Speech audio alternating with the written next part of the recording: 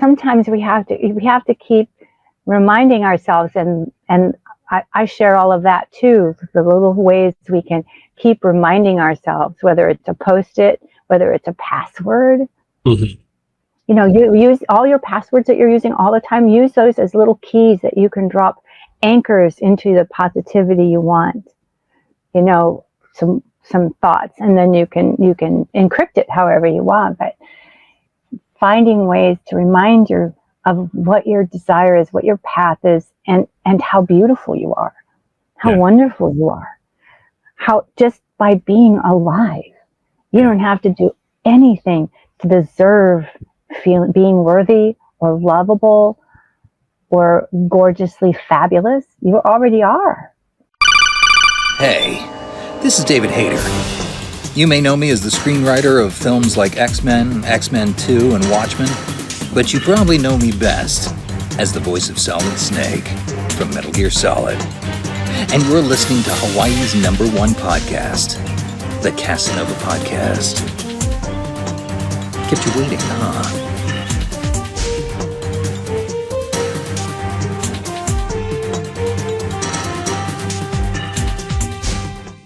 Aloha and welcome everyone to another episode of Hawaii's #1 podcast for entertainment and more, the Kasanova Podcast. I'm your host, Mekel aka Mekel Kasanova, and today we have a very, very phenomenal guest, the one, the only, Patricia Tallman. Pat, how are you doing today? I'm so good. Thank you for the intro. That was very sweet. It's an honor to have you on the show, and phenomenal work that you've done in your career, and there's a lot of other stuff you're doing too. But I'm going to shut up. The show is yours. The floor is yours. Go ahead. So because we're an entertainment podcast, we'll start with if any of your listeners are interested. I started in science fiction and horror.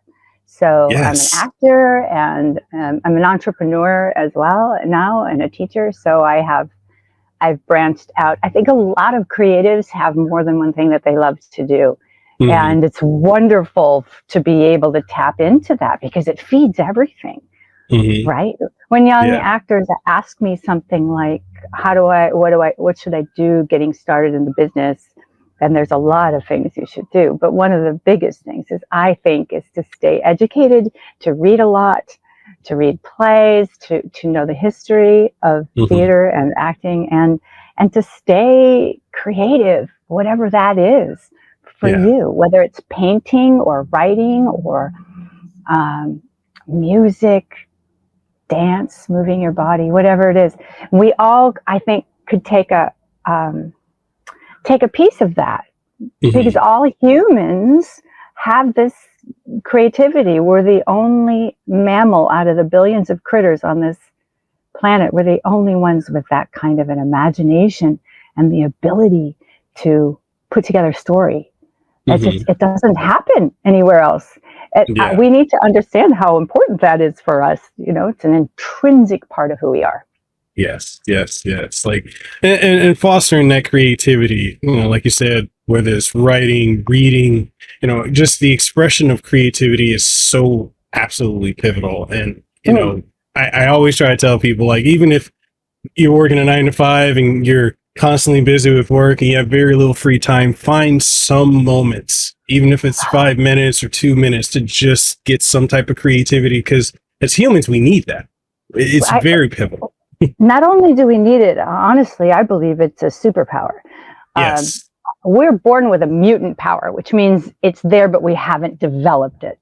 But if you focus on it and develop it, then it becomes a superpower, like visualization. Yes. A visualization. We're the only critter that can do that. Yeah. And it's by visualizing, that's something that we use in stunt work. All the time, as a stunt woman as well. And we focused on, you can't rehearse every stunt full out, right? You just can't crash that car every single time. We only have so many cars. Sometimes we have one car. Jurassic Park, we had one Jeep. We couldn't do that. So you visualize it over and over and over again, and that to get the result you want.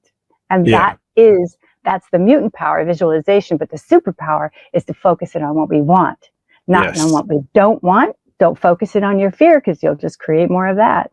Yes. And when you were talking about creativity, I wanted to mention that your creativity and anxiety cannot exist in the same moment in the brain. So by focusing on your creativity, by staying curious, you step out of anxiety now, and you give your brain and your body a chance to rest, recover, and get your equilibrium back. So whenever you're feeling stressed and anxious, do something creative. Pick up the guitar, right? Yes. Or draw, or write it out. I'm constantly telling my membership to write it out, write it out, journal. And there, so many of them resist it, but it's not about writing anything important. It's about getting it out of your body. It's about getting it out of the brain. And then it dissipates, that anxiety, that the fears just start to, you look at it, I got this. That was a darkness that grew in my brain, but when I got out on paper, not so bad. Yeah. I think we need to embrace these like natural things that we have that's a part of us, like creativity. Yes. And like, so I often like to talk about like the importance of visualization and what we focus on, how that expands, and also like manifestation. I know a lot of people are like, Mekel, shut up about that. And I'm like, it's so true though. If you want to accomplish anything, and honestly, for people who don't believe in the ability or the power of manifestation, when you think about athletes, they visualize that game-winning throw all the time. They rehearse all the time. Yeah. It's like, did you see the swimmer? There was a wonderful clip from the Olympics of one of the women who was visualizing her routine, and she was using her hands because, you have to sit there before you can go on, and over and over and over visualizing the routine. It is a scientific fact that by getting the reticular activating system involved, and doing that is visualizing what it is you want to focus on, you will create more of that. You will succeed in that direction. So this is the important thing, kids. If you're not focusing it on purpose, it's focusing anyway. And what is it focusing on? What are you scrolling? What are you watching on TV? What are you listening to? That's focusing.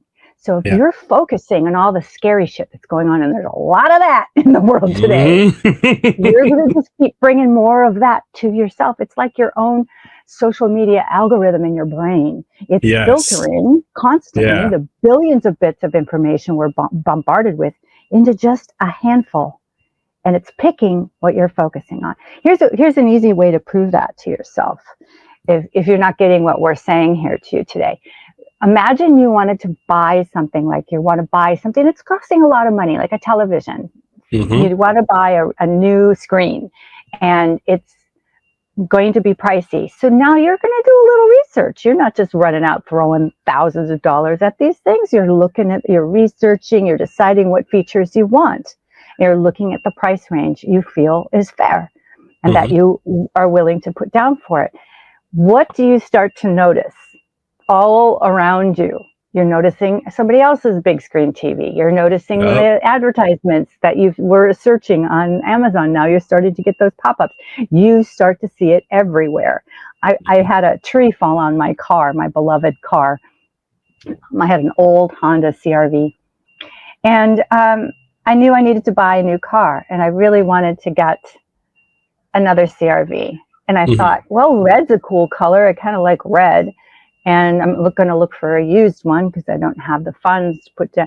And guess what I saw everywhere, all over on the freeways of Los Angeles? I saw red Honda CR-Vs everywhere because I started to focus on it. That's a very simple and everyday use of it. But like what we're talking about, it's part of it's how we're made. It's not woo-woo. This is scientific. If you're focusing on the shit you don't want, if you are afraid, all the time, and look at your language. Are you saying, I worry about this, or I'm afraid of that? Yes. Guess what? The reticular activating system, we call it the RAS. Guess what's picking up? Oh, you're afraid? You want to be afraid? Cool. I'll help you with that. It's like a giant golden retriever. It just wants to bring you what you want. Yeah. But the only way it knows that is by what you're focusing on. And it doesn't know the difference between an imagined or an actual. Yeah. So if you keep imagining an accident happening in your beloved Honda CRV, guess what? The RAS is going to go, cool. You want an accident? Mm-hmm. I'll figure out how to help make that happen for you. Yeah. You know what I mean? So I used to, because I didn't understand any of this when I first started in personal development work, Mm-hmm. I would focus on, I couldn't help it, but my fears around auditioning for a project could be monumental. Oh, they're not going to like how I look. I'm too old. I'm too young. I'm too fat. I'm too thin. I'm whatever. I'm not right somehow. And guess what? My insecurity walking in the room for the casting directors and the director would give them that. I don't know. I don't think she's quite right. Don't know why. She's not quite right. And I wouldn't get the job. But when I've really focused just on the job, on the, I get to act today. I switched it into, this is a gift. I get to act today. I got an audition that's like winning the lottery. Cool. I get to do this thing and go and have fun. They're like, I don't know what it's about her, but she's fun to be around. And I really, really enjoyed her work because she's enjoying her work. That's really nice. And I would get a call back, that kind of thing. It's a self-fulfilled prophecy. Yeah, it really is. So like an example I use frequently, and some people are like, this, it's coincidence. Whatever it is, coincidence. Yeah. If you want to view it that way, it is what it is. But so right now I am 6 going on 7 years in remission from cancer. I had a stage 3 colorectal cancer, and it was so bad that they basically gave me a prognosis of 6 to 9 months to live. And everyone around me was freaking out. I was going through the treatment at the time. All my hair fell out. I gained a lot of weight because a lot of people don't realize chemo radiation, your body never fully bounces back to the way it was before. So you have to, work with it and just try to build back as best you can. So I did all the treatments that they told me to do. I did holistic, chants and MS and all that other stuff. And what I did was, my visualization was, regardless of what prognosis is, I will be fine. I don't know how, because I detached away from the how, because the how is not my concern. Don't worry. Yeah, don't worry about the how. Yeah. So I just focused on, hey, it went away. And it did. And like people were like, it's coincidence. If that's what you want to believe, you can believe that. I'm not going to argue with you. I'm still here. and I think I was 25 when that happened. Wow. And so like when I was focusing on the healing, all I started to see was, on social media, this person just recovered from this person recovered from that. This is a near-death thing and they survived. And I just started seeing that everywhere. Call it coincidence, but it's because I was focused on the healing. And then boom, there it was. So you're getting support. You're getting affirmation after, it happened for this person, happened for that person, happened for that person. Yeah. And it makes it easier than to stick the course. Yeah. Because this is simple, but it's not necessarily easy. Yes. So that we need all the support we can get and community around that. Yes. Yeah. I really, that's why I started my community was, I call it the magical living community, because I feel like when you're working together, it's magical things happen. Yes. But it's really important to have people around you who are also positive and who are also cheering you on. And a lot of times our family and friends might not be that because they're so worried for us or whatever.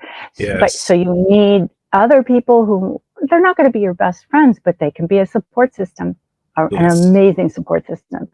So yeah, I've seen the power of having some solid people around you, how important that is for any kind of success in life, whether it's a business success or a romantic success or health success. Mm-hmm. So speaking of which, let's talk about, your business and the community you foster, because I know we're going to get to talking about your career and acting, voice acting, and stunt, but let's talk about the now. Let's start with that, and then we'll go from there. So let's talk about it.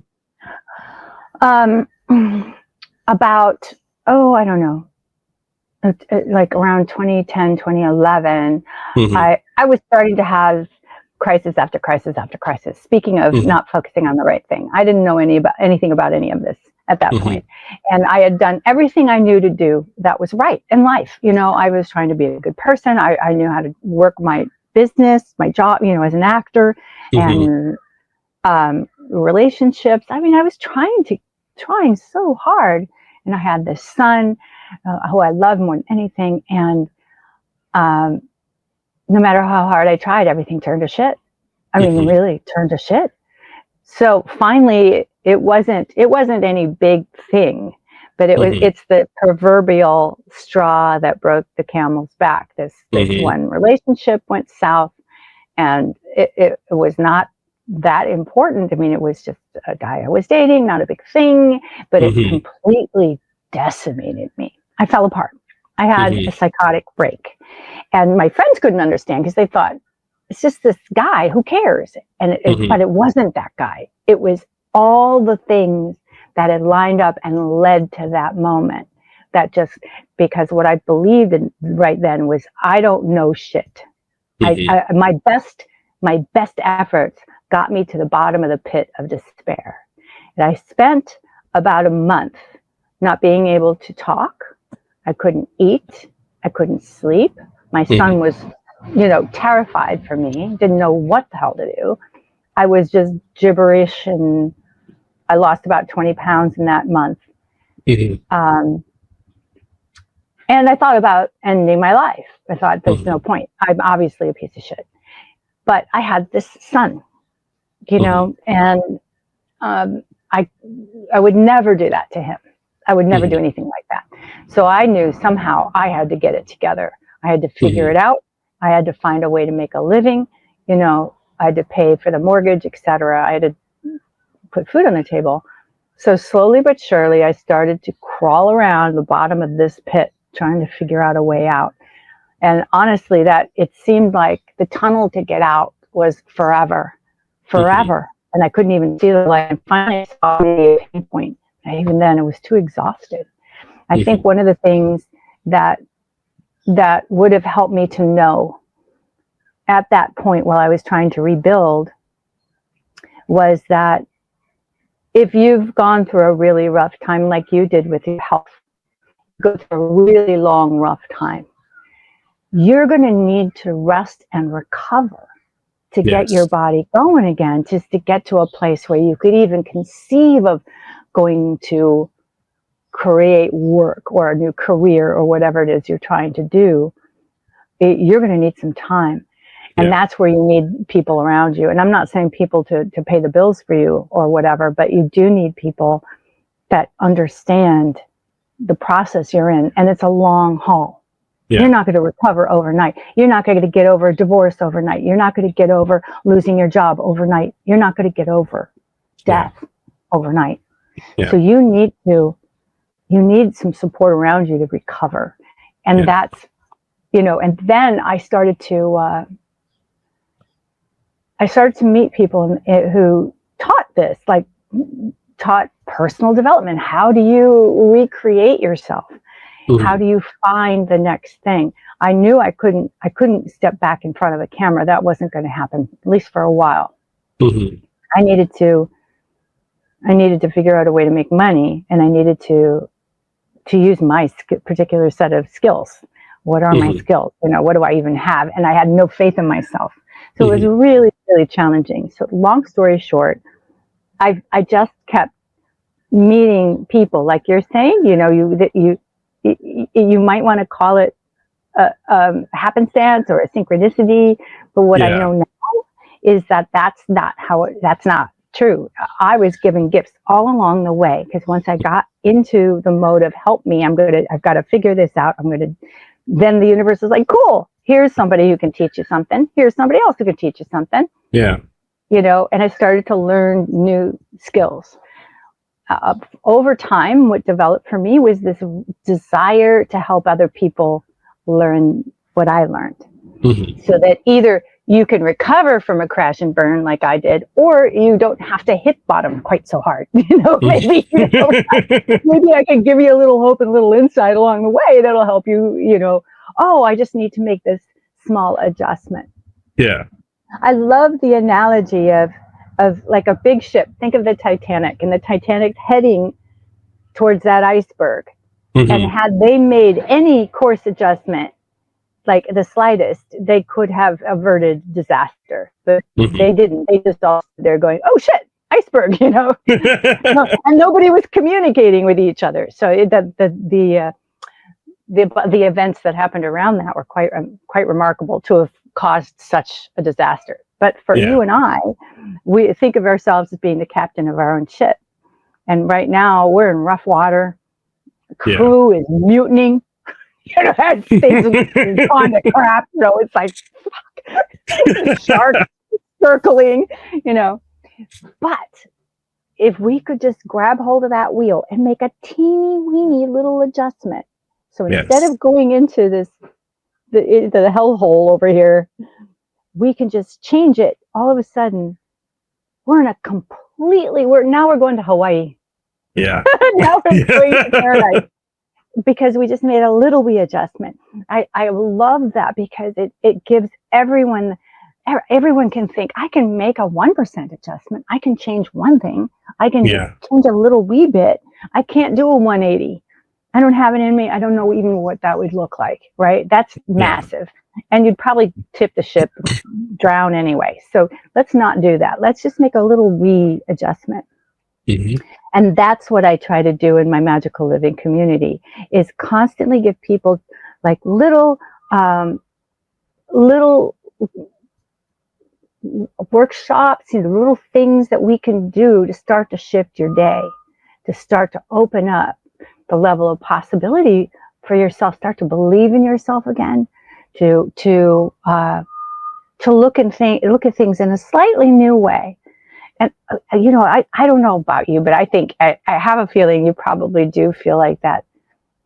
When you're on that path and things are starting to come to you, it does feel like you've got a little bit of wind at your back helping you along. Yes. You've got, you know, these things that people want to call coincidences, there's no such thing. There's universe putting stuff in front of you, helping, whatever you want to call that. Yeah.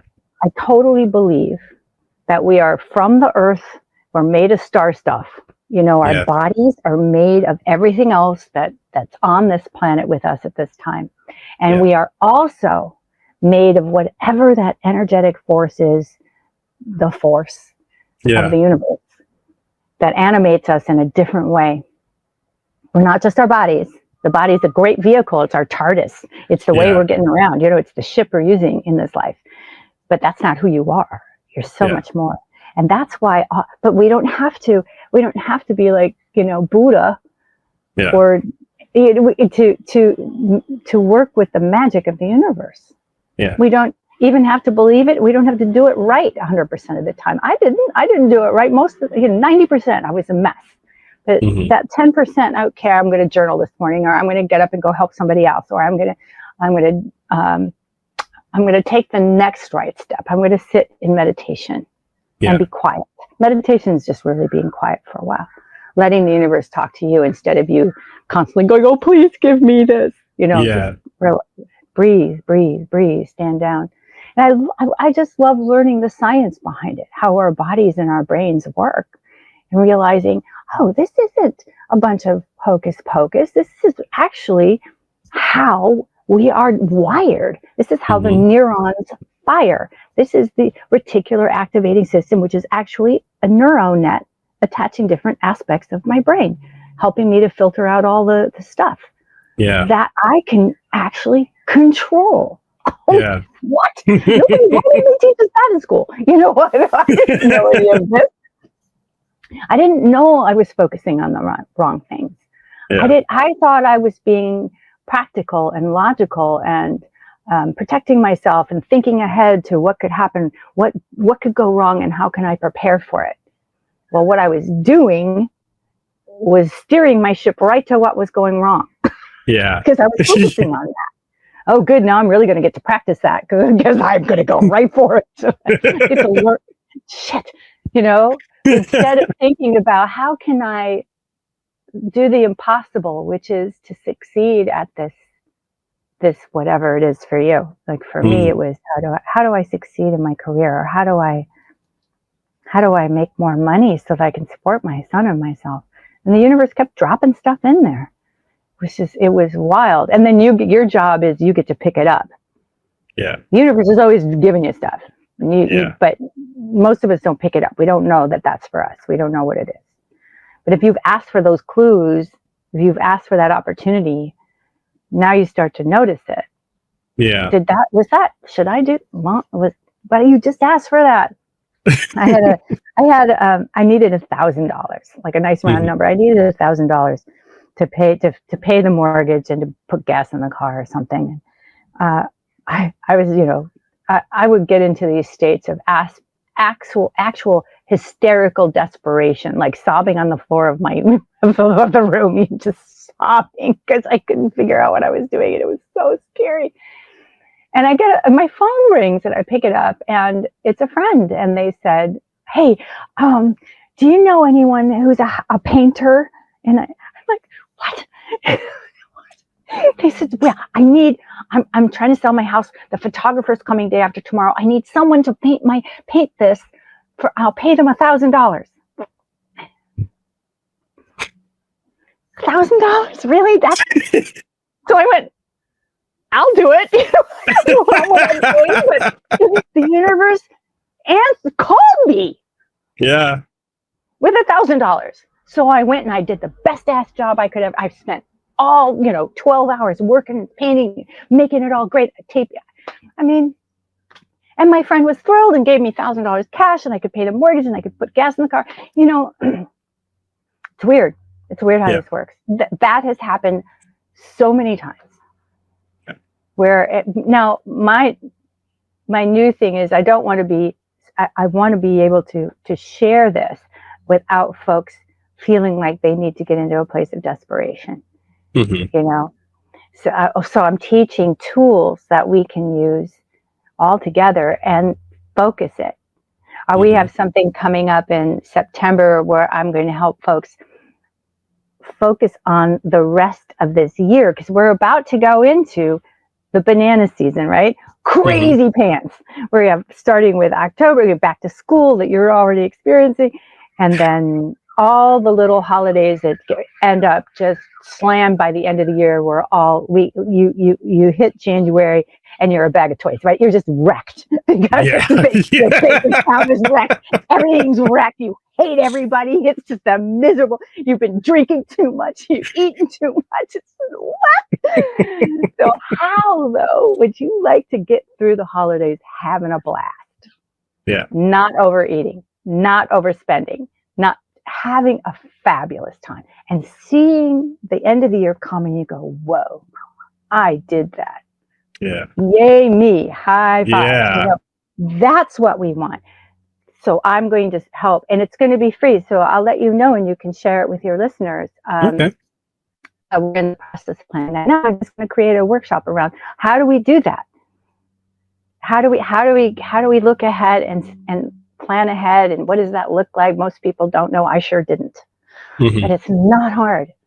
It's very simple. It's just there takes a little bit of willingness, and then being willing to maybe 5 minutes a day do some focusing, breathing, and take the next right step, and you'll be amazed at how you'll know what to do, how things fall into place for you, and then you're going to have an amazing rest of the year. But I think this is a great time to do that kind of work, just before you're crazy, before it's full on crazy, but you could feel it coming. You know it's coming.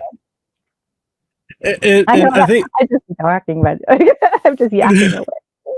No. I was gonna say like that's the importance of you know, especially when it comes to journaling. I know you mentioned that, and a lot of people don't realize the importance and power of journaling, because when you're journaling, it's a transference of energy. You know, everything that we do in this existence is just, you know, it's like a bank. A bank, you know, takes in money and it pushes it out. So that's how energy works. You know, that's right, polarity in it. Like, for if there's one thing, that has to be the opposite of it. And so when you have, like, I've talked to friends that have gone through severe trauma. I mean, I've gone through it a lot. You know, I'm fairly open about this. I've been told it's weird as a man to say this, but you know, when I was a teenager, I was raped, and for a whole year, I was repeatedly raped by people that my dad allowed to do that. He was fully aware, and so I harbored a lot of that anger, and that started to bleed over into a lot of things in my life, until I got to a point where, you know, in one of the therapy sessions I was with, my therapist was like, start journaling. And I didn't realize why I need to do that. Because I'm like, why do I need to journal this if I'm talking to you about it? I'm talking to other people. And he's like, just do it. And so when I started doing that, all that energy, because energy is not energy, emotion, which is nothing but energy in motion. All of that literally just came out. Anger, the hurt, describing it in as vivid detail as possible. You know, I cried it out, but once I journaled it, it's out of me. It no longer has that control of it. And so, like, I transferred that energy literally into this. And yes, people, you don't need a fancy journal. You can get the stuff we used to have when people actually wrote stuff down. That's something a lot of people don't do anymore. They don't write anymore. It's very powerful. It's true. It is. Oh, I love that you said that. You put the energy, now it's out of you. It's no longer in you. It's not controlling you. It's not affecting your health. Yeah. It's not taking up mental space. Yeah. You know, so now you can expand into who you want to be. Yes. From there. It is. It's really, I say that there's an alchemical action that happens when you use your hand and you write on paper. It's just, it is remarkable. Thank you for sharing your story too. That's very brave of you. And a lot of men don't talk about it, but I know other men who have had that experience, and it's horrific. I've been raped. I know, you know, it's very, unfortunately, more common than we want to believe. So what do you do with that anger? And then what happens is if we don't let it out, it grows into its own, like you say, energy in us, in our spiritual self and in our physical self. Yeah. And that's deadly. Yeah. Have you ever drawn that correlation? Maybe this is, we can cut this out later if you don't want to talk about it. No. Your disease, the disease. No, the interesting thing is my father actually had the same thing. He had colorectal cancer. And so the correlation that I drew is like the anger that I had towards my father for allowing that to happen. And then also, like, there are instances, because I'm from a broken family, my parents are divorced. And so, like, one of the things my mother would always say when she was mad at me was, "You're just like your father. You act just like him." So it further reinforced that anger and negativity. And so, like, in my head, like, I don't want to be like my dad. I don't want this. I don't want that. And in essence, I'm putting out there, give me everything that is my father.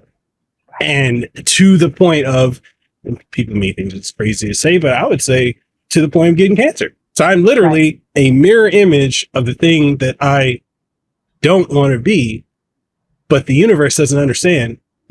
I don't want. It doesn't get it. But, oh, you're focusing on this. Here you go. Here you go. And it's like, it's so funny because, like, when I was going through those therapy sessions and I was doing the journaling was the same time I was going through the cancer and everything. And so like literally everything came together and I dealt with it. And I'm like, okay, I don't have that emotional baggage. Like I talk to my father now and, we've resolved, well, I've forgiven him regardless of whether he knows or not. It's in my heart that I've forgiven him for what happened. Not saying it's okay because it's not okay. But no, right. It's just one of those things where I'm like, okay, this doesn't control me anymore. I'm not going to continue giving focus and energy to this. That part of my life, that chapter is closed. How can I give back to other people and help others who may have gone through something similar? Or, because it's like this energy came to me. I dealt with it. It's out. Now I need to pay it forward and help somebody else because that's very essential to do. A lot of people think, oh, go ahead. Well, I think it's part of the healing too. Yeah.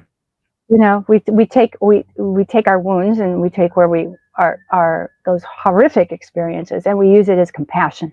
Because now I understand something that somebody else might not be able to, who didn't go through what I went through. You have tremendous compassion for anyone who has experienced trauma like that, even remotely, because you've had it happen. You understand on a way that in a deep way that no one else can unless they've had it happen to them. Yeah. And so we're I don't want to call it necessarily a gift, but it is something very special that we, and powerful, that we have because of it. Yeah. It turned that into a strength. Yeah. And one of the things too, I've been really going down this rabbit hole of, quantum physics and understanding frequencies and, understanding the different planes that we have. We have the spiritual, we have the mental, and we have the physical plane that we're on. It's so interesting when people say that things that they want to do or someone else wants to do, like, oh, this is impossible. I have started to counter when that's said to me. I'm like, okay, how is that impossible when you can only perceive 0.0035% of reality? So if that's the smallest percentage that you can perceive, and you think that's impossible based off of how tiny that is, if you understand math, the probability of it being not impossible is far higher. And people are like, really? I don't understand that. I'm like, this is science. Yeah. These are numbers, and numbers don't lie. That I look at it like I can't understand so much about physics, much less quantum physics, right? But I trust that it's out there. I trust that the information that we have and that has been proven leads on this path of, then if this is true here, that also is a possibility. And that's all I need. Because I want to believe that what I want is possible. And I also know that my best efforts got me to the bottom of the pit of despair. I was focused on the wrong things. Now refocusing, I don't know most, but I know enough to get me, and it's already gotten me into amazing places. I travel the world constantly with my husband. First of all, that I have a husband, amazing. We got married 2 years ago. We're in our mid-60s. We've known each other since we were 17 and 18 years old. We went to school together and never hooked up. Right. We started dating in 2018. And as soon as we came together, it was like, oh, it's you. And I never thought that I would have that. I just thought that's not for me. That I don't feel that. I don't need it. I'm good, But then when I came together with Glenn, and we were just looking at each other in the eyes going, oh my God, if this is possible, I can do anything. If this can happen for me, I can do anything. That's crazy. And we've been traveling ever since, because that's what we want to experience. After the pandemic and the world shut down and the politics, we thought, God, the world could blow up and we wouldn't have had a chance to go to Egypt. So we went to Egypt and we went to Africa and we went to this and we did that. And now we're in Australia and we're just keep going. We sold the house and we just keep going until it's time not to keep going anymore. I don't know what that will look like. But so we're creating kind of an impossible life. I never would have imagined. I never would have thought I would be in a fucking motorhome. To be honest, not a camper, you know. Yeah, and now it's like completely flipped. It's really interesting. It's so interesting. And I wanted to try this. I want to do that. I want to get here and go there. And I think once you open up, and like you said, you dump the past. Yes. You write it out. You pour it out. You say, this is not me. It's not going to control me anymore. This was a circumstance. This happened. Yeah. And yes, I was a victim at that time. I am no longer a victim. Now I'm choosing. I'm choosing the people I want to be around. I'm choosing the risks I take. And I may not be a millionaire, but I can do this. I can figure it out. Mm-hmm. And that is, to me, the most empowering skill we can have, is to know you're capable of figuring it out. You can figure it out. Here's how. And that's what I am sharing in my community.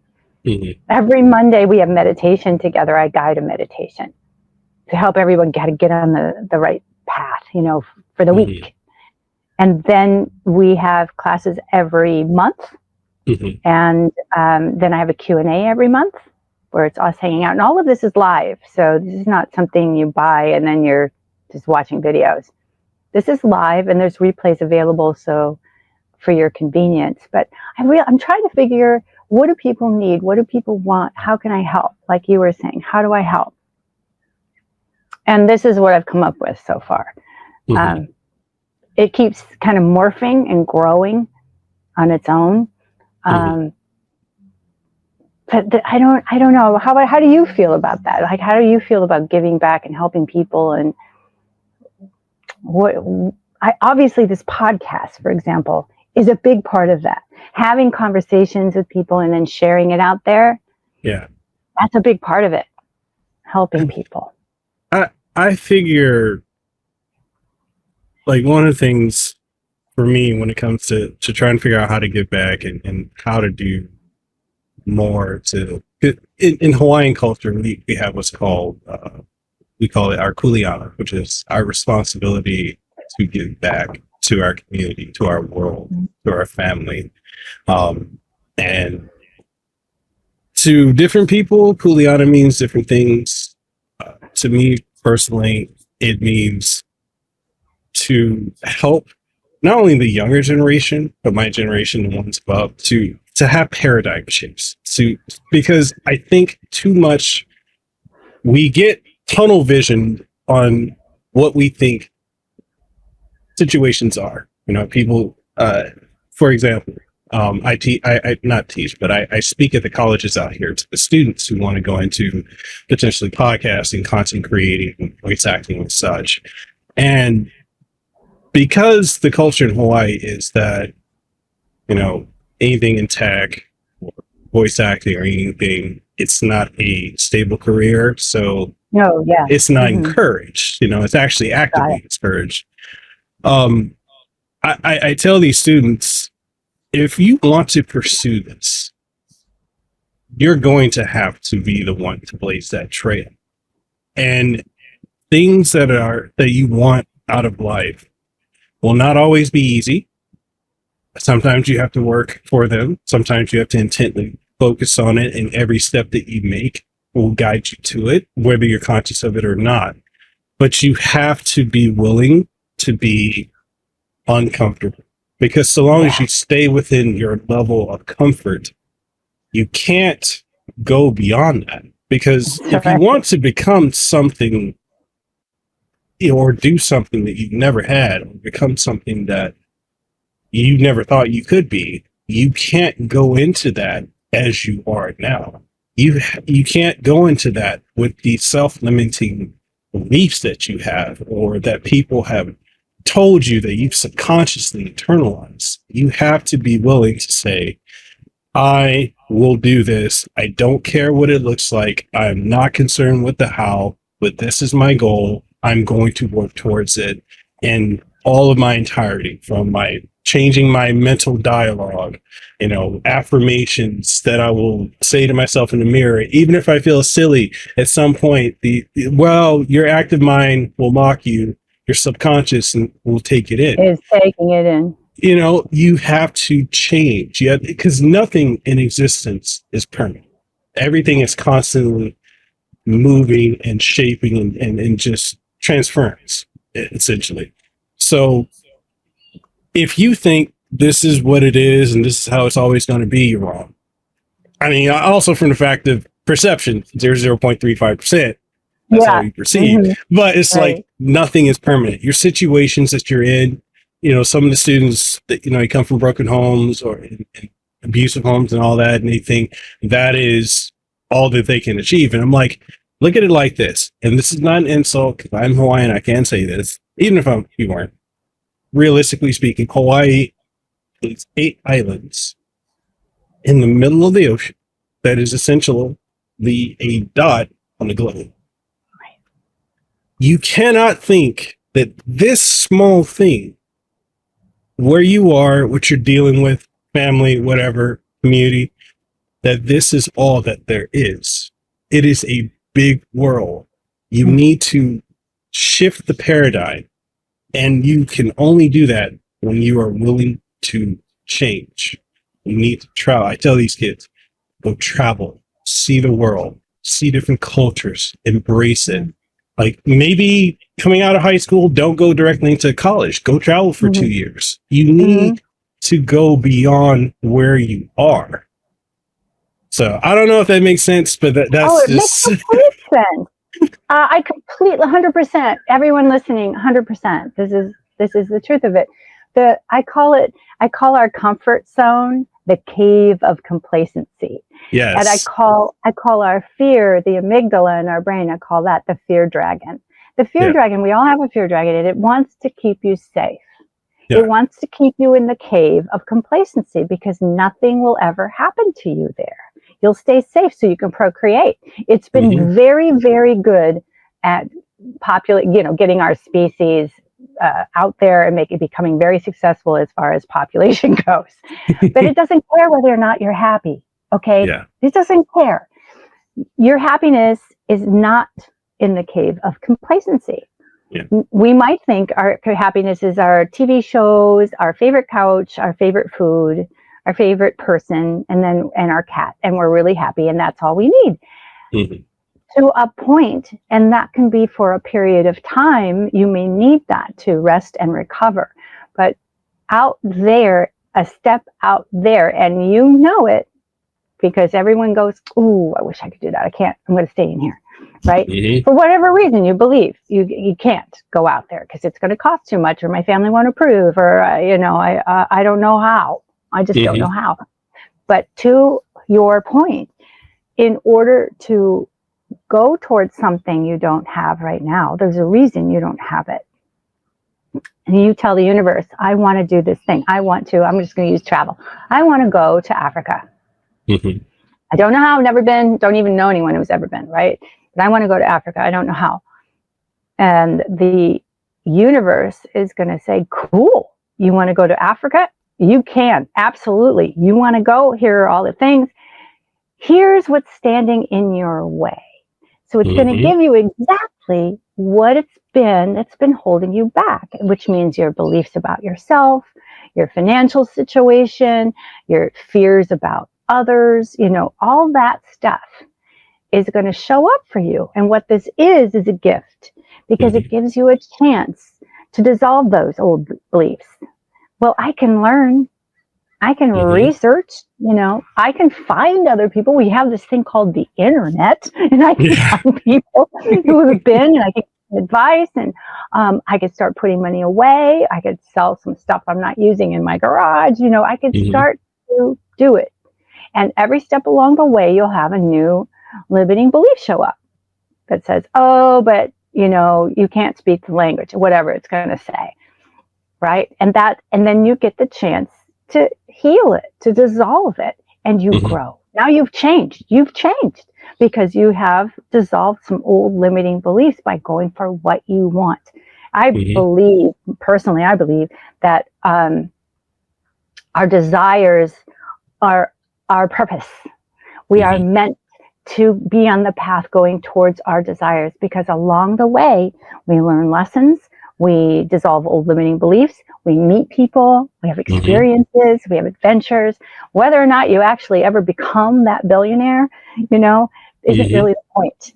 The point is you've had this incredible adventure working towards it, going on that path. You've met people, you've had experience, you've done things, you've learned things, you've changed in beautiful ways.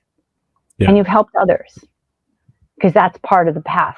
If you're not someone who helps someone else or is willing to open your heart, it's not going to really work. You're going to end up in a bad place. You might be able to, like, we know evil people that have got a lot of money. You might be able to get a lot of money, but they're having also some really bad stuff going down for them. And we don't want that for us. Yeah. So we're going to do it in this other way. Giving back and being there for others, taking our circumstances and flipping it into a superpower. Yeah. So one of the things is, I'm loving this topic that we're on. I know we're supposed to talk about your career, but I'm like, I love talking about this. It's very few guests that I've had on that I get to talk about. I actually got to talk a little bit about this with my friend TJ Storm, who does motion capture and stunt work, and he's also from Hawaii, which I was like, wow. What? How did that happen? How cool is that? So okay, wait, did I lose my train of thought? No, I didn't. Come back. I'm going to jump in real quick. I'm just going to say that for any of you that are interested in having a career in voiceover or as an actor or mocap or whatever it is you think is cool, that this conversation serves you well, because it's all about focusing on what you want, being willing to work with your limiting beliefs that are going to show up. I call them the faces of fear. They're like if you watched Game of Thrones, they're like the faceless men, the most successful assassin organization in Westeros, right? Because they could always look like someone else. And that's what fear does. It puts on, oh, I'm just being practical. Oh, I'm just being busy. I'm too busy. Their fear has these henchmen it deploys to distract you, to keep you in that cave. It's really good at it because it's grown up along with you and knows just how to push your buttons. So as you go towards these careers that you want, these things that you want to do, you're going to have these faces of fear, these limiting beliefs show up, and you're going to need to know how to recognize that and go, okay, I know what that is. That's just trying to distract me. Thank you for trying to protect me and keep me in the cave and safe. You've done a great job. Now get in the back seat. We're going somewhere. We're heading on an adventure. That's what it is. And get yourself around people who support that kind of thought. Yes. Because there's plenty of people that will want to protect you and tell you not to be a creative or whatever it is you want to do. Start your own business, whatever it is. For me as an actor, had I known what we've been talking about today, had I known that, I would have had a much different experience. And I don't know that I would necessarily be way more successful, but I would have been more joyful. I would have had a lot more fun. And I had some fun, but it was really hard work. It was really scary. I was constantly in fear and never feeling like I was good enough. Ever. No matter how successful I got. For me to start, I'll just start from my personal beginnings, which was I was a kid and I knew I wanted to be an actor. I was constantly entertaining my family. I'd write little skits. I'd get my cousins in them, we'd sing and dance, and it was very obvious to me from the very single digits, really young. Then my cousin and I we had Barbie dolls, and we used to play Star Trek and Dark Shadows, the original Dark Shadows and the original Star Trek, because this is back in the 60s and the early 70s. But we would take our dolls and write stories for them. We'd make costumes. My old Barbie was always the Klingon. And then is it any wonder, though, that I ended up in science fiction and horror? I spent hours and hours and hours over years of my life play acting with my dolls and my cousin these stories.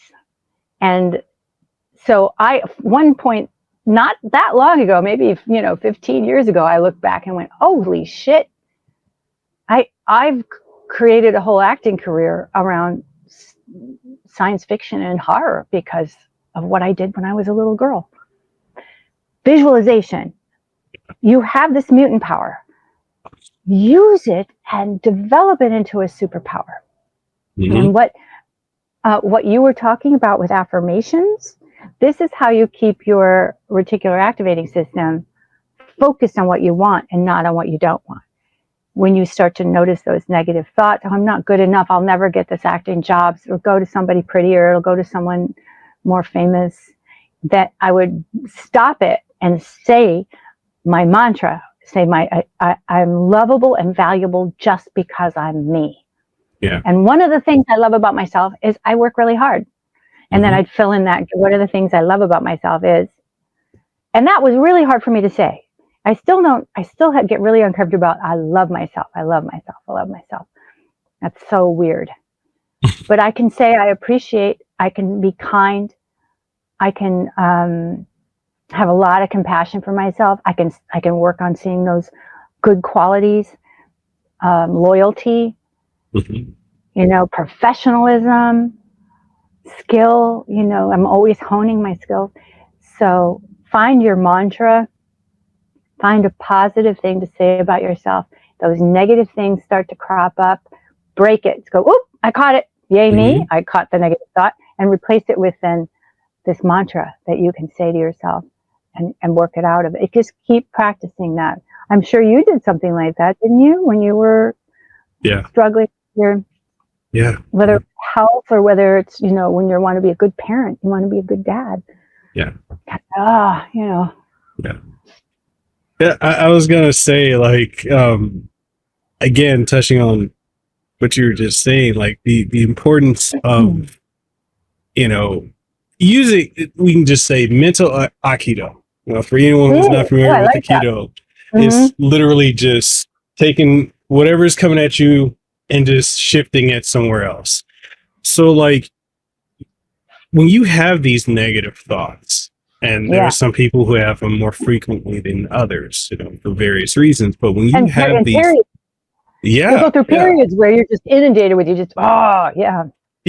so when you get those type of thoughts, you don't need to combat it by in the sense of fight against that thought. You need to be, and maybe this might be going a bit too deep for folks, but a lot of us, while we are present in a moment, a lot of us are not really present in the moment.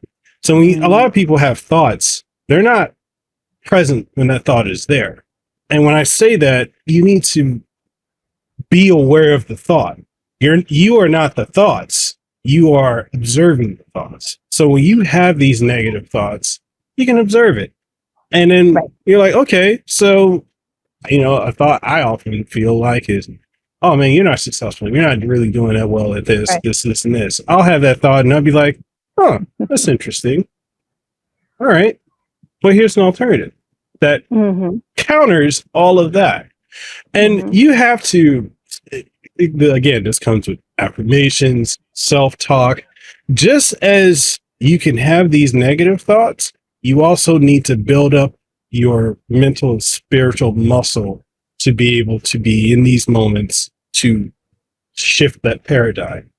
Because the more you have positive self-talk and the more you talk to yourself in a graceful and caring way, you're building up that muscle. It's just like, you can't expect to go to the gym and you're going to be one of the gym bros that's going to be benching 400 pounds.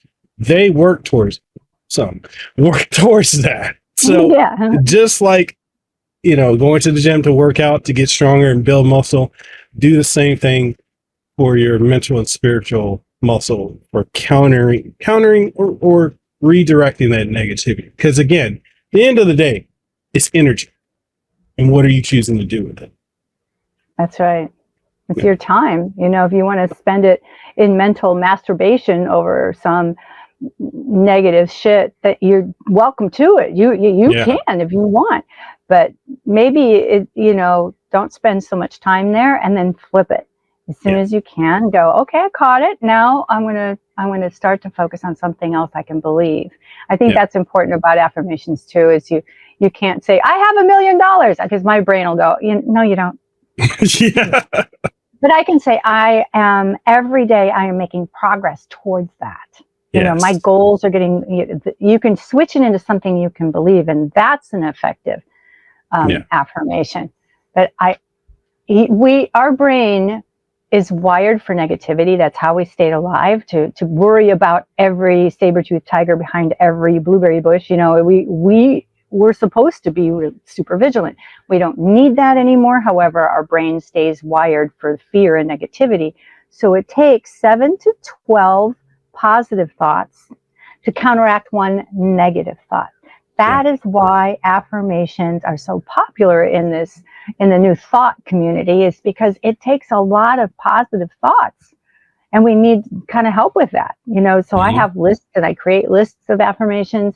I give them to my community to help them create their own, what works for you. But we talk about that a lot because you need them in your back pocket. Yeah. I even suggest putting them up, like on your computer screen, in your office, on your bathroom mirror, to remind you. Because again, the fear dragon, that amygdala, does not want you to change things. Change is scary.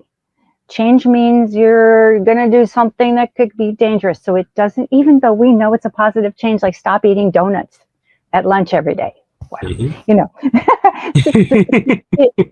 though it's a positive thing, the amygdala goes, don't change it. So we have to constantly kind of say, okay, got it, thanks. And I am, because I deserve to be healthy and fit. I deserve to have great energy, not a sugar crash. I desire, go for that. Yeah. It takes a lot of, like you said, I love that mental aikido. Yeah. We're not finding it. We're just flipping it. We're moving that energy.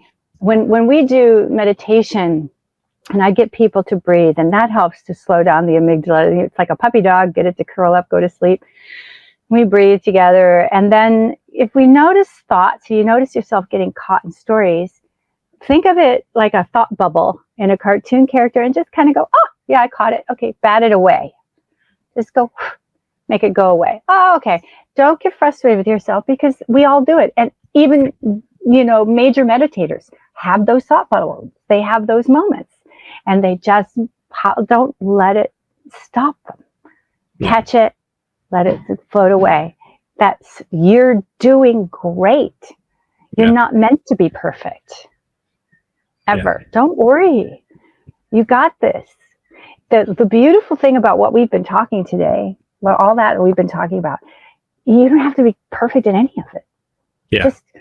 Just going, that's what I've learned, because I am so miserably imperfect. I am so all over the place, but being able to just do it a little bit makes a big change. Yeah. That's part of why I'm saying this is not hard, but it can be a little not easy. Yeah. It's simple, but sometimes we have to keep reminding ourselves, and I share all of that too, the little ways we can keep reminding ourselves, whether it's a Post-it, whether it's a password, Mm-hmm.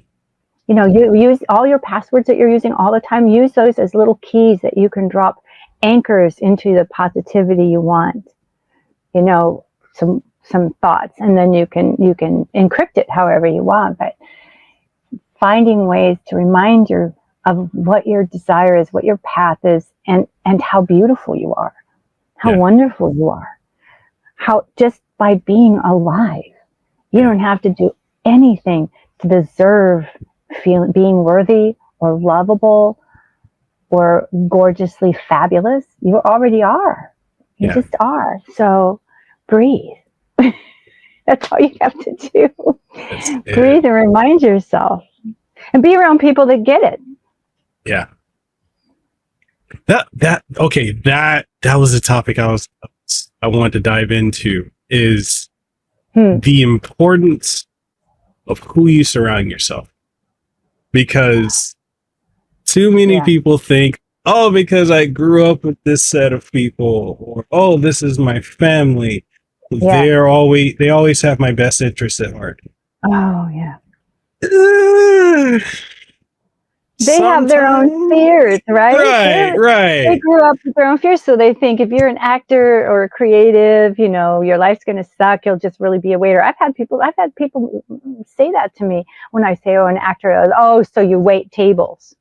Such a fucking asshole thing to say. And it's like, why would you say that? Actually, no.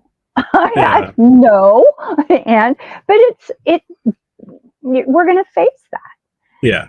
We just know that people have their own shit attached to what it is you're doing.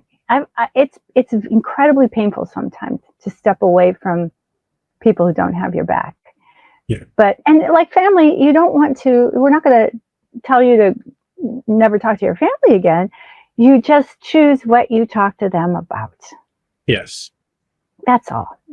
It's like, Uncle so-and-so is he's over here in this political divide, and he is such a jerk about it. So I'm just not going to talk to him about it. If he brings it up, I'll say, I got to go to the bathroom, and I'm going to leave. Yeah.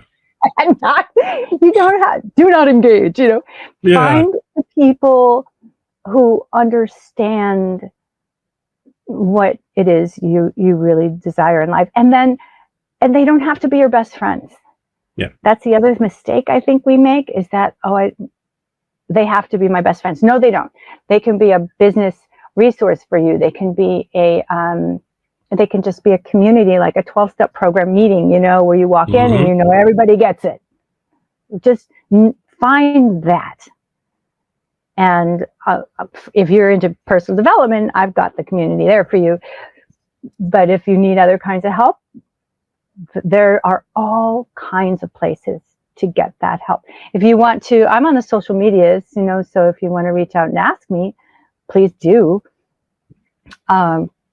But it's out there. Yeah. And you deserve it. You deserve to have the support towards your dream goals. It's really important. Yeah, family means well, but it's their shit.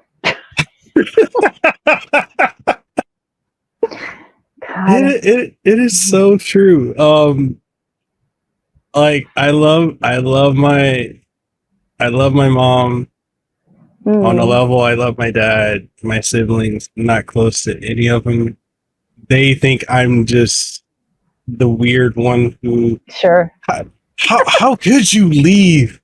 A well position in the IT field. You were a senior systems analyst and senior IT security person. How could you just leave that to go into podcasting and content creating full time? Because I chose to. Just by that, immediately what flares up for me when I hear that is when people say they don't get it. I bet you a high percentage, like 90% of the time, they have not bothered to really deeply talk to you about what it is you want and why you want it. They haven't really bothered. They're only seeing it through the filter of their experience, and their desire isn't the same. And they don't have a capacity yet to understand where you're coming from, because they haven't bothered to have an in-depth conversation with people who are creatives in this example. So they don't understand people who are creatives. It's just, and they're not going to. Yeah. Yeah. It's not going to. It's the funniest thing is because, like, especially when, me as a content creator, I just think of myself as, because essentially, I have an LLC, I'm doing all the stuff that is essentially entrepreneurship. But it's interesting to me when I get that feedback from my family or from other people, especially out here in Hawaii, where I have the most critics, that content creating, it's not stable, it's not steady, it's risky. What is it? I'm like, it's entrepreneurship. They're like, but it's not as stable as a normal job. I'm like, our economy is shit right now. And normal jobs, what does that even mean anymore? Like, people get laid off left, right, and center. You're trading dollars for hours for dollars, hours of your life to working towards something that doesn't really mean anything to you. Yeah, getting paid for it doesn't lead anywhere anymore. It's not like it was, and it's never enough. Yeah. So it's funny that people are still stuck on that old paradigm when it's not applicable in our world anymore today. It really isn't.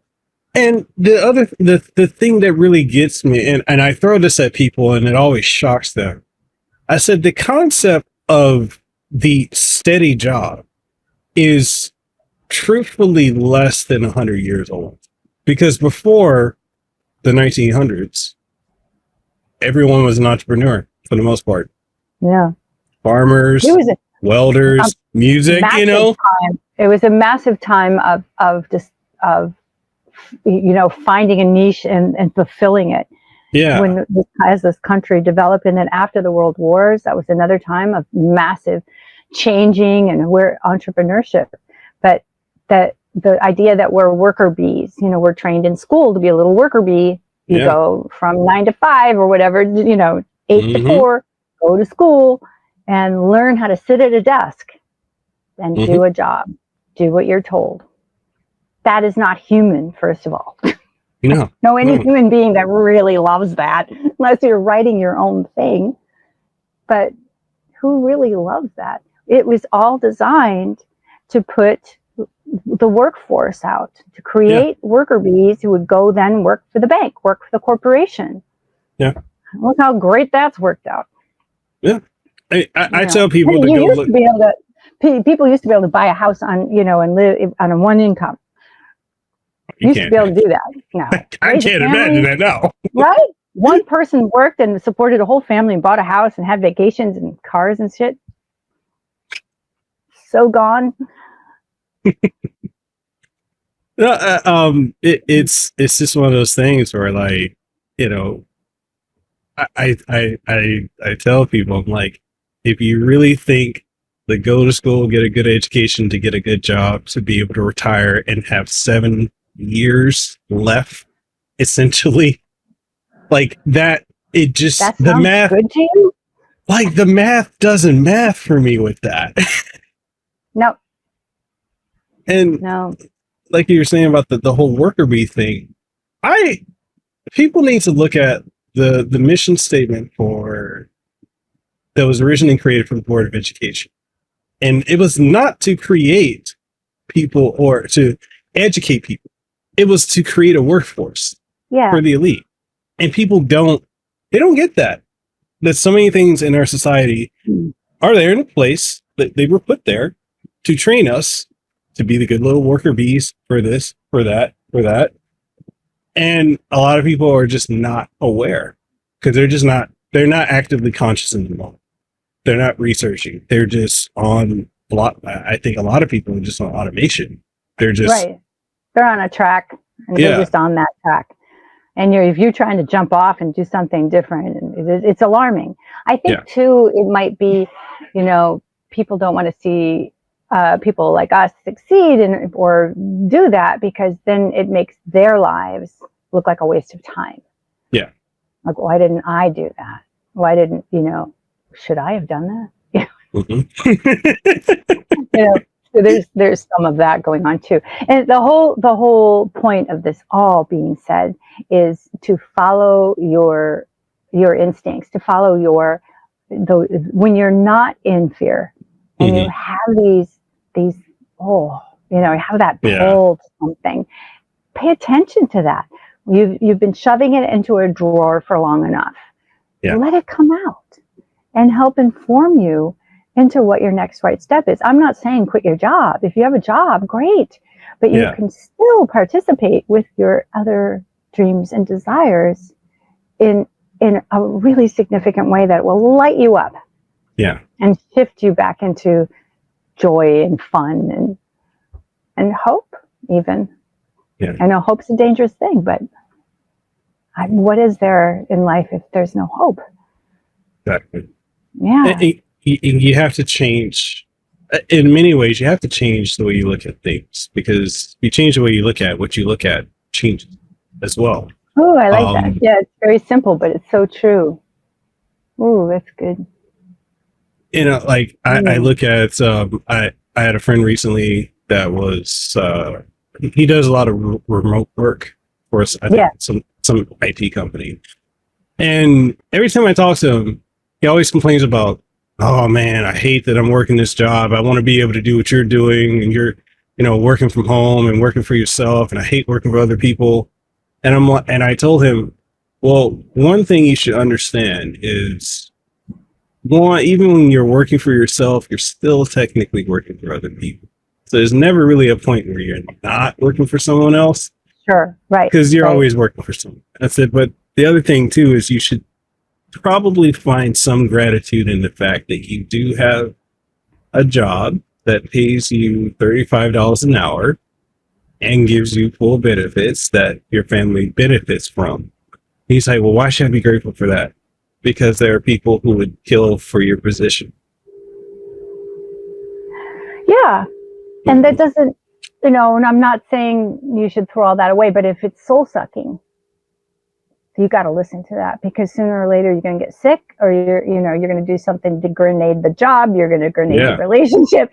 And if it's soul sucking, you need to take some steps and to figure that out, because no one can stay in that situation without getting sick or something happening.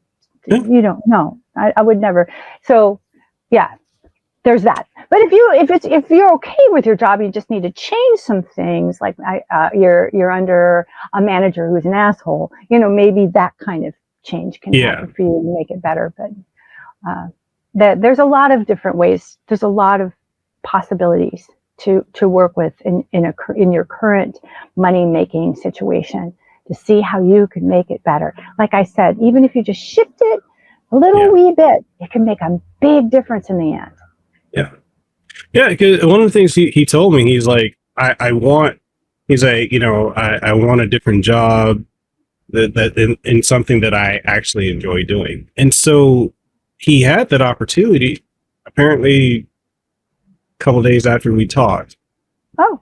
A job offer came to him, and he told me about it. I said, oh, did you take it? He's like, no, I didn't take it. I'm like, why? He said, although it's something I would love to do and have passion for, it pays less than what I'm doing.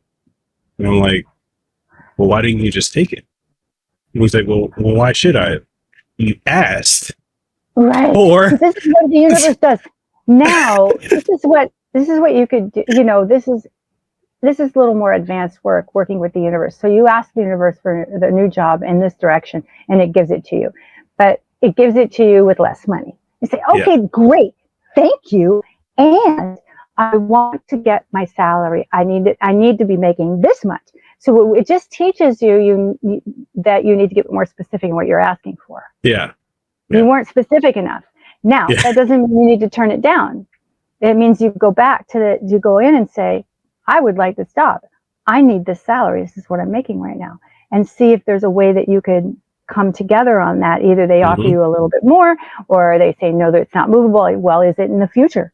If in 6 months, can we talk about it? So to figure out a way to, if it just doesn't work, go, okay, I'm not going to take this one, but I'm going to refine my focus Yeah. And I'm going to find a better job that pays what I need it to pay.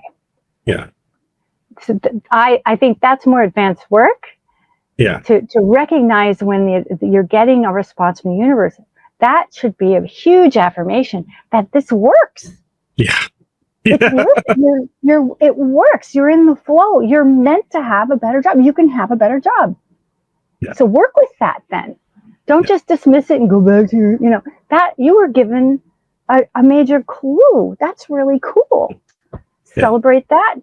Make it into what it is that you want. Yeah. Take it for now. Discuss it with your spouse. Yeah. Hey, I need this for my mental health. Yeah, maybe it's going to require less time. Yeah. And so then you can do something else with that time. Yeah. And maybe if you take it, you cut back on things that aren't important that you're spending money on, which would level that out. That there's infinite permeations of possibilities. I think so. I think that there's all kinds of ways you can make that work. And honestly, experience is the way. Yeah. We're going to have to have experiences. Yes, you're going to make mistakes. That's it. You have to make mistakes. The more mistakes you make, the more you learn, the more you're going to fall forward. You're going to fail forward. Make mistakes. Just don't make the same ones. Learn. That's all. Just learn from them. And it's a positive learning. Yeah. Don't say it. I'm learned. I suck. That's not the message. It never is the message. It's always a benevolent message. Yeah. And the benevolent message is maybe I should have looked a little harder at this first. Maybe I need a checklist of what to look for. I had a client who really wanted a partner, and he's in his 70s, and he desperately wanted a romantic thing. And I said, well, let's focus on where you already have love in your life, and let's amplify that feeling and really feel into it. And sure enough, he meets this lady and starts dating her. Right away, he asked her to move in, and we all kind of went, "Ooh, Steve, ooh,"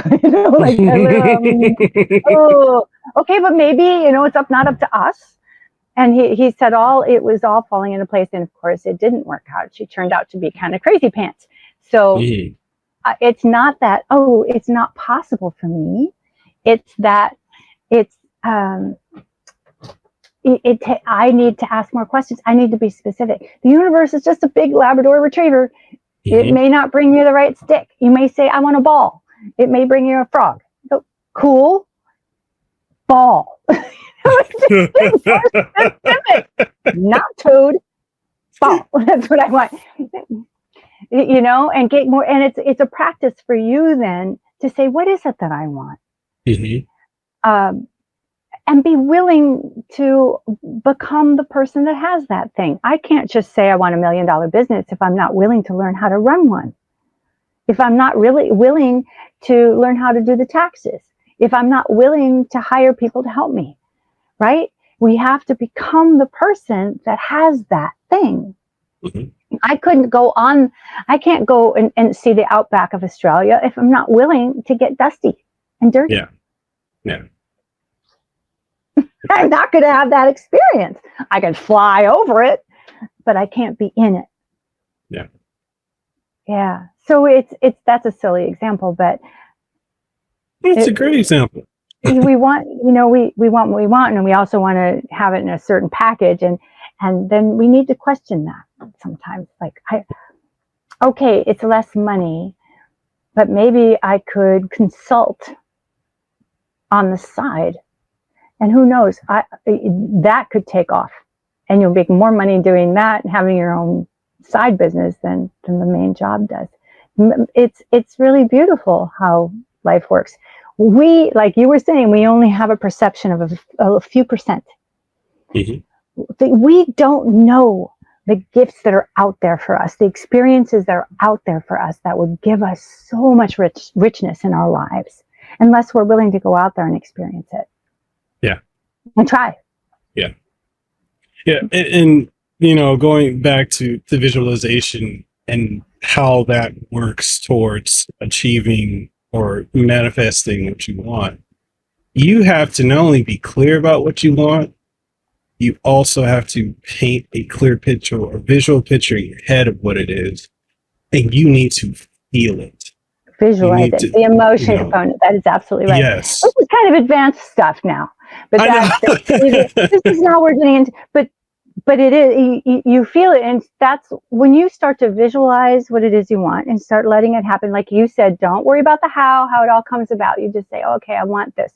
How does it feel when you have it? How does it feel when you have that life partner show up, that romantic life? How does it feel when you're making the money that you need to make to feel safe and secure? How does that feel? Oh, it feels so good. I feel safe. I feel relaxed. I feel joyful. I feel generous. I feel, I feel trusting. I feel, I feel seen. What is it? What are those things? You start to feel into it. You don't have to know exactly.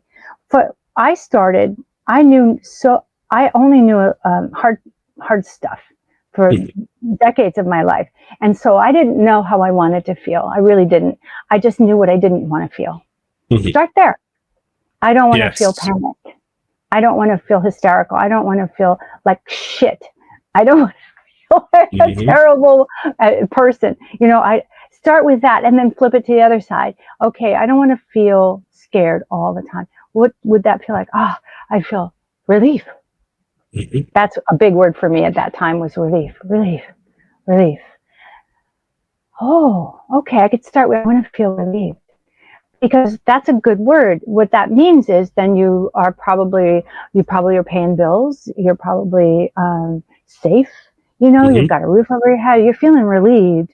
You've got some other pieces that are in there to help, that allow you to feel relieved. So good. Okay. Start to feel into that. And then where you notice feeling relieved, focus on it. Maybe somebody picked up a bill for you, or maybe you got the extension you needed and there was a little bit of relief. Oh, thanks, I got 2 weeks. Okay. Oh, that's relief. That's a feeling of relief. And just focus on that for a minute and expand by thinking about, what does relief feel like? Where do I feel it in my body? You expanded it. And this is giving a particular activating system in your brain a clue. This is giving it directions. I want to feel more of this. Cool. You want to feel more of this? Great. Let me help you find that. Let's get those bills paid. Let's do this. Let's get that. Right? It's really, it feels magical. And that's why I think so many people think it's just woo-woo and it's silly. It's not. It's how we are made. We are connected with everything we need to make that happen. We just don't know how to turn on. Flip that switch, turn it on.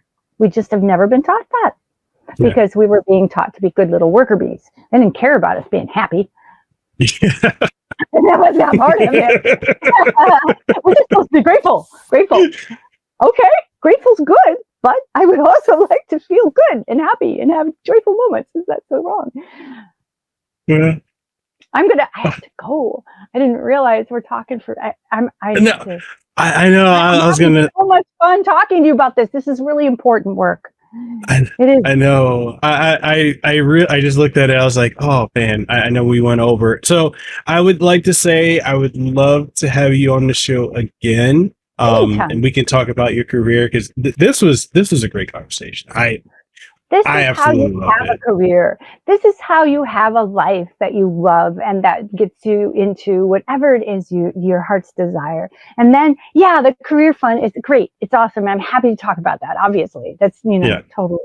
But if you want to have a little bit of a different trajectory in your life right now, this conversation is about that.